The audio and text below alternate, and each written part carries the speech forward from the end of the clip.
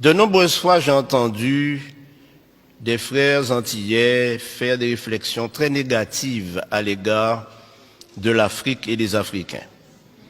Mon problème est que c'est le résultat d'une coalition internationale dans le cadre du conflit cosmique où les médias du monde entier se sont ligués contre ceux qui ne sont pas décolorés.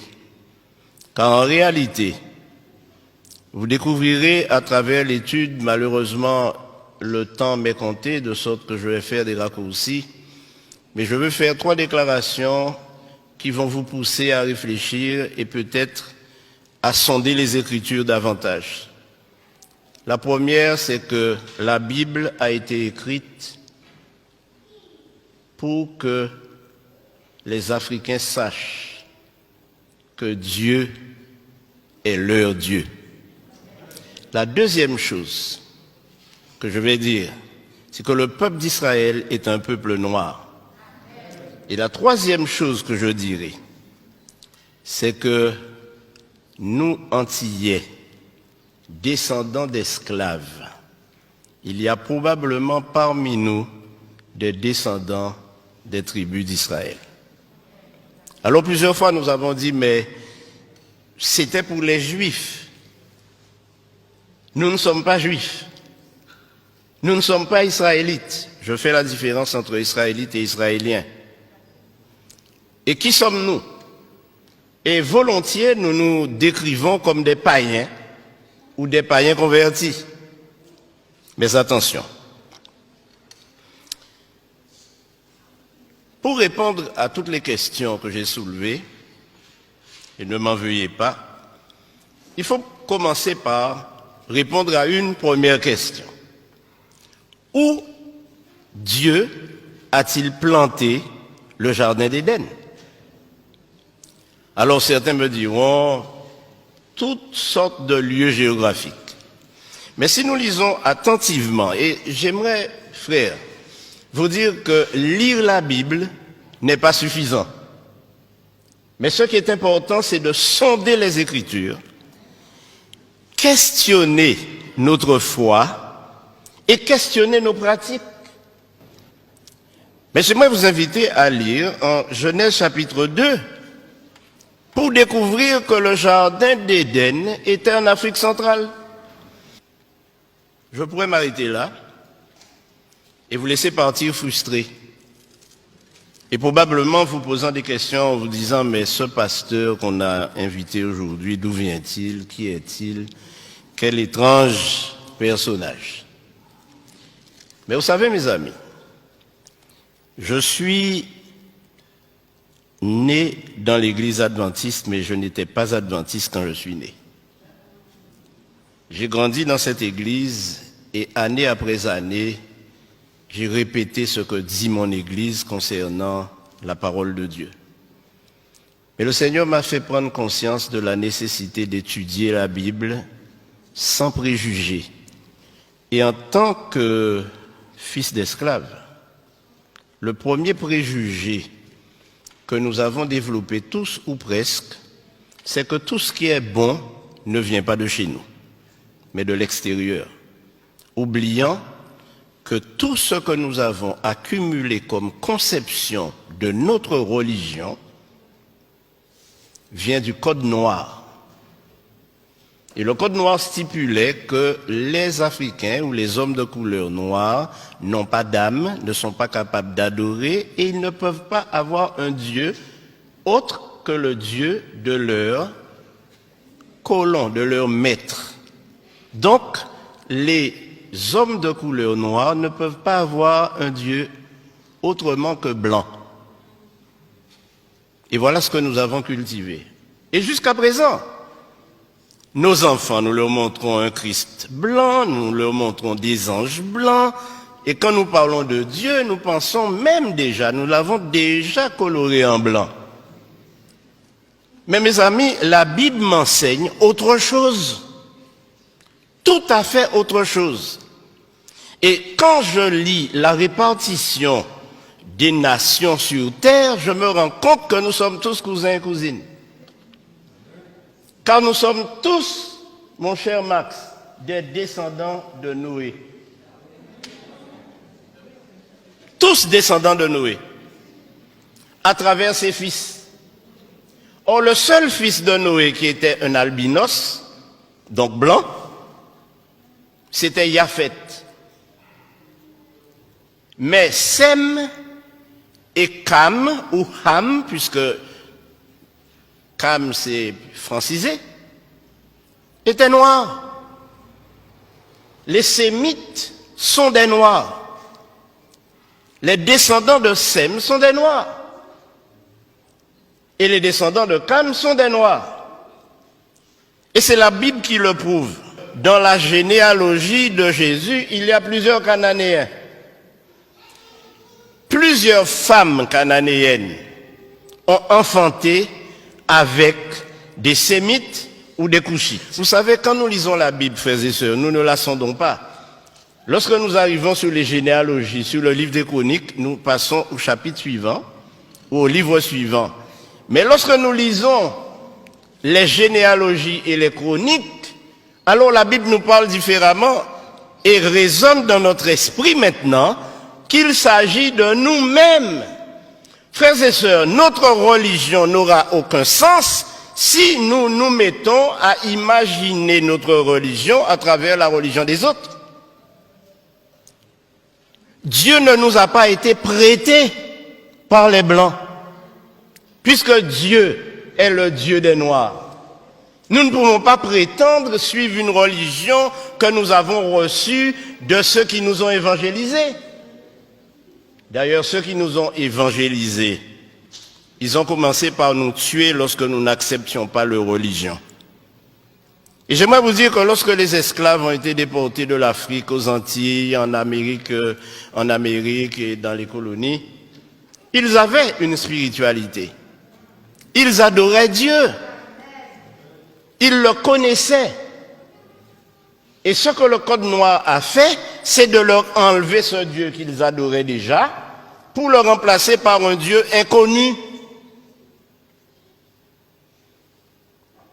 Je crois que nous devons revenir à la parole de Dieu.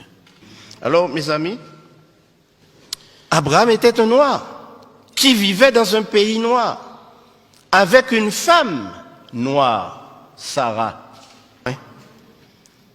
Mais la question est, quelle est la couleur de Jésus? Qui ne s'est pas posé cette question? Une autre question pourrait être, mais quelle est la couleur de Dieu lui-même? Bon, je vous dirai, la couleur de Dieu, pour mettre tout le monde d'accord, c'est arc-en-ciel. Parce que la Bible nous dit que personne ne l'a jamais vu, mais lorsqu'on regarde son trône, le trône est entouré d'un arc-en-ciel. Donc on va dire que la couleur de Dieu, c'est arc-en-ciel. Mais j'aimerais vous dire, mes amis, que les choses ne sont pas aussi faciles. Dans le Nouveau Testament, nous trouvons plusieurs Africains. L'eunuque, par exemple, il était de quelle nationalité? Il était éthiopien. Donc il venait du pays de Couche. Maintenant, quel est le plus grand et plus célèbre Africain que nous connaissons? Le plus grand et plus célèbre, plus fameux Africain que je connaisse, c'est Moïse, né en Égypte. Il est né en Égypte. C'est un Africain, Moïse. Un Africain noir. Beaucoup de personnes s'imaginent Moïse à travers le film de Cécile B. DeMille, un vieux blanc, à tête blonde, à cheveux blancs et barbe blanche. Non! Et la raison est simple, mes amis. Moïse a été élevé à la cour de Pharaon pour succéder au Pharaon. Or, nous savons aujourd'hui, et le monde scientifique, les historiens, les théologiens savent que les Égyptiens étaient des Noirs et les pharaons étaient noirs.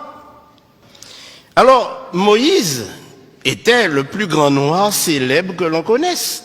Et ceci a été prouvé par le plus grand savant du XXe siècle africain, qui s'appelle Cheikh Anta Diop et qui a déterminé par ses études et prouvé au monde scientifique que la civilisation égyptienne et noire est la première civilisation du monde. Et aujourd'hui, quand nous parlons, nous disons que l'Afrique est le berceau de l'humanité, n'est-ce pas?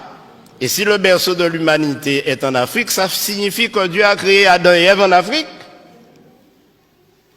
Et quand nous disons que l'Afrique est le berceau de l'humanité, nous oublions malheureusement que l'Afrique a été à l'origine de toutes les sciences, de toutes les connaissances, à l'origine de tout ce que nous avons dans cette civilisation occidentale européenne, mais qui a été détruit lors des conquêtes.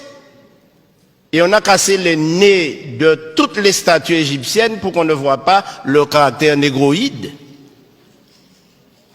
Ainsi donc, mes amis, ne nous laissons pas embarquer, mais puissions-nous cultiver une religion authentique. Mais mes amis, il y a 2 généalogies de Jésus dans la Bible. Une en Matthieu 1er et l'autre en Luc 3.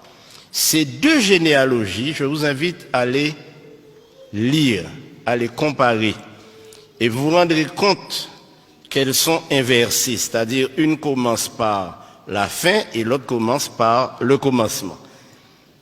Mais pourquoi ces 2 généalogies ont été données? La première, c'est que la généalogie en Matthieu prouve que Marie est bien la mère biologique de Jésus et elle était noire.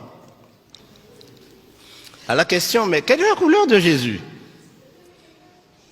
Alors, si je vous dis que je ne sais pas, vous ne me croirez pas, après tout ce que j'ai dit.